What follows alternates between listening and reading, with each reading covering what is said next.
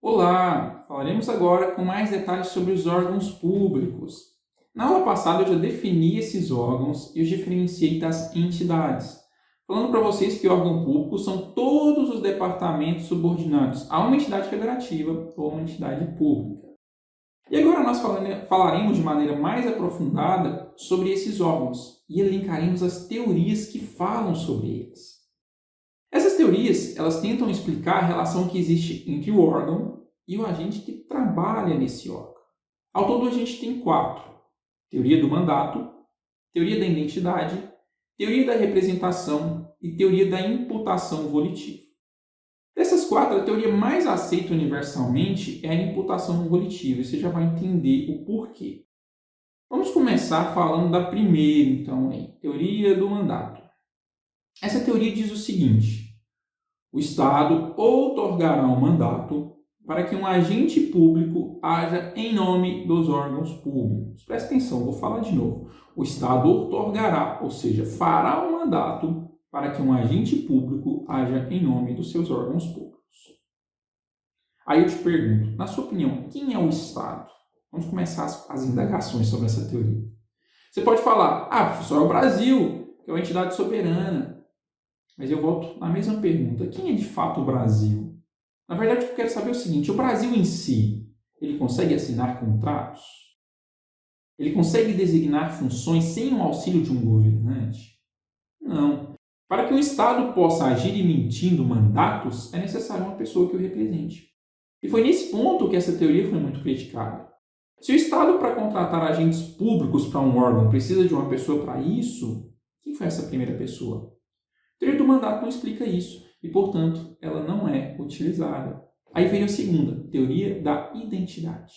Ela diz o seguinte: os agentes públicos serão escolhidos inicialmente pelo povo, um componente do Estado, porém depois disso eles se tornarão o próprio órgão público.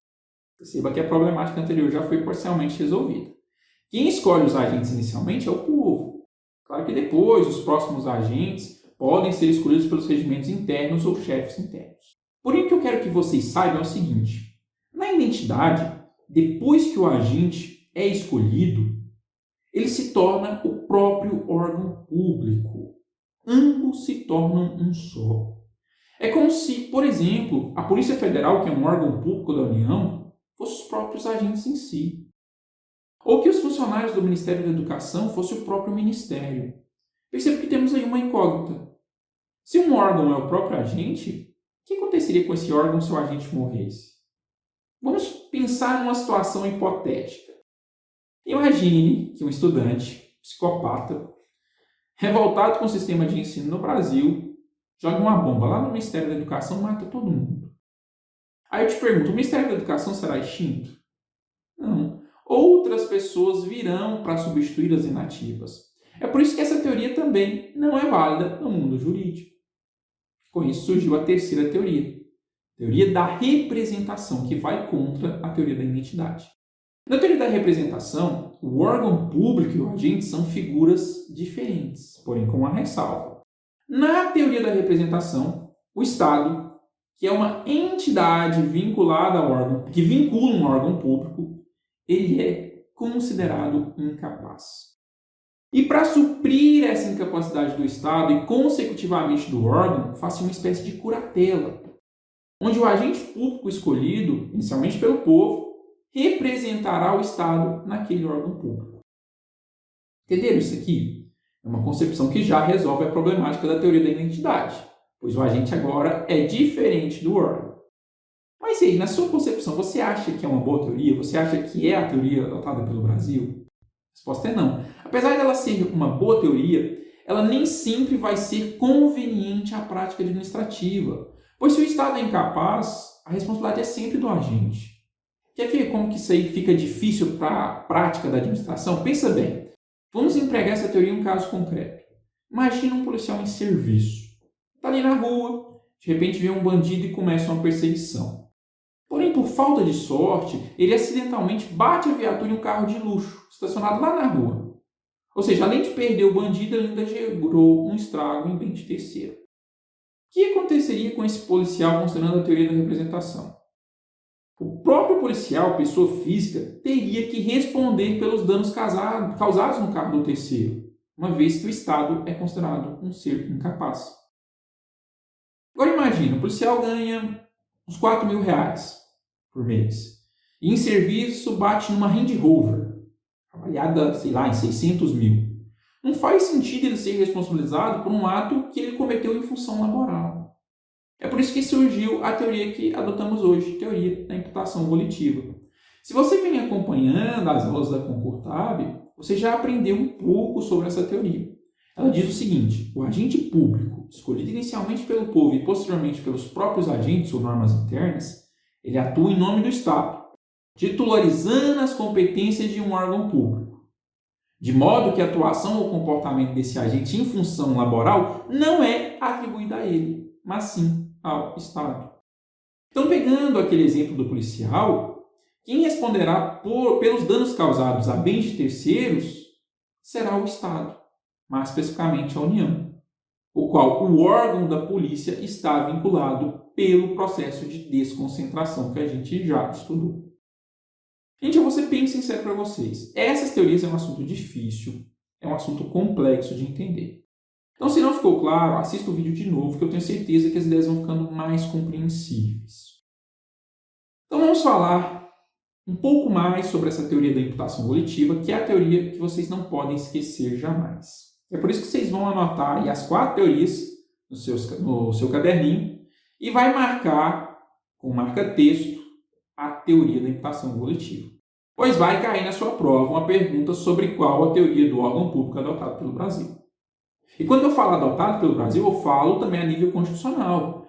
Lá no artigo 37 da CF, parágrafo 6º, se eu não me engano, fala assim: as pessoas jurídicas de direito público e as de direito privado prestadoras de serviços públicos responderão pelos danos que seus agentes, nessa qualidade, causarem a terceiros. Dessa forma, se cair uma questão perguntando se a teoria da imputação volitiva tem base constitucional, você vai responder que sim, não se esqueça. Próximo slide, idealizador da imputação volitiva. Quem descreveu pela primeira vez a teoria do órgão, ou teoria da imputação volitiva, foi o jurista alemão Otto Gehrke. E para fazer a definição dessa teoria, ele utilizou nos seus escritos uma metáfora bem interessante. Ele comparou o Estado ao corpo humano. Ele falava o seguinte, que a pessoa como um todo representava o Estado e cada órgão dessa pessoa representava uma repartição estatal. Foi por causa disso que surgiu, então, o termo órgão público, em referência aos órgãos biológicos. Mas só que o mais interessante dessa teoria é que tudo se encaixa nessa metáfora. Quer ver? Assim como no corpo humano há órgãos especializados em funções específicas que trabalham em harmonia com outros órgãos, o Estado também funciona da mesma forma. Então vamos trazer isso para a nossa realidade, que é o Brasil. Na cabeça de Gehrke, o Estado soberano brasileiro seria o corpo como um todo. E o corpo tem vários órgãos: cérebro, fígado, intestino, reto. Então o cérebro poderia ser o presidente da República, o fígado, o Ministério da Educação, o pâncreas, o Ministério da Cultura, o reto poderia ser, sei lá, Câmara dos Deputados. Qualquer semelhança aqui é mera coincidência, viu? Então, assim, tudo isso que eu falei são unidades de um organismo maior, que é quem? O Estado brasileiro. E diante dessa magnífica teoria de Gehrke, nós podemos tirar algumas conclusões. Na aula passada eu falei para vocês das entidades públicas e federativas e diferenciei dos órgãos públicos. As entidades federativas e entidades públicas, elas possuem independência e personalidade jurídica. Já os órgãos públicos não possuem. E nós conseguimos encaixar essa regra perfeitamente dentro da teoria do órgão. Quer ver? Quando Gehrke fala do Estado, isso nada mais é que um conjunto de entidades que inclui União, municípios, autarquias, fundações. Dessa forma, é como se cada uma dessas entidades representasse um corpo. Então, a União representa um corpo, os municípios outro, as autarquias outro, e assim por diante. Ou seja, da mesma forma que o corpo possui independência e personalidade jurídica, as entidades que compõem o Estado também possuem. Sendo assim, cada corpo desse que eu falei, que é uma unidade do Estado, ele possui seus próprios órgãos. Então, a União possui órgãos, os municípios possuem órgãos, as autarquias possuem órgãos, todos possuem.